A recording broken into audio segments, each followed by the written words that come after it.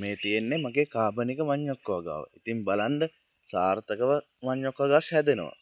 ඔයාලට මේ ගස්වල කොළ කඩාගෙන කන්නත් පුළුවන්. ඒ කියන්නේ කොළ කඩනකොට ඒ කියන්නේ මැල්ලුම් කණ්ඩනේ කඩන්නේ. මෙන්න මේ දැල්ලයි මේ කොළේ ඉතුරු කරලා මෙන්න මේ කොළ ටික මෙන්න මේ විදිහට කඩලා ගන්න පුළුවන්. ඉතින් මේ වගේ ගස් කිහිපයක් ඔයාලගේ ගෙදරත් හදාගත්තොත් ඔයාට ඔයාගේ කාබනික වගාව සාර්ථකව කරගන්න පුළුවන්. මෙන්න මේ ආකාරයෙන් කොළ ටික කඩා ගන්න පුළුවන්. ඉතින් මිත්‍රවරුනි මේ වගේ ගස් ටිකක් ඔයාලගේ ගෙදරත් ඉඳ ගන්න. ගම් කුකුල් පාලනයක් කරගෙන ගියොත් මේ ගස් වලට පොහොර ටික දාලා මේ ගස් ටික සාර්ථකව ඔයාට හදාගන්න පුළුවන්. මිත්‍රවරුනි මඤ්ඤොක්කා වර්ග තියෙනවා. වාරිය පොලක තියෙනවා, සුදු මඤ්ඤොක්කා තියෙනවා, පේරාදෙනිය තියෙනවා. ඉතින් මිත්‍රවරුනි මේ මඤ්ඤොක්ක වර්ග ගැන මම ඔයාලට කලින් වීඩියෝ එකක් කරලා තියෙනවා.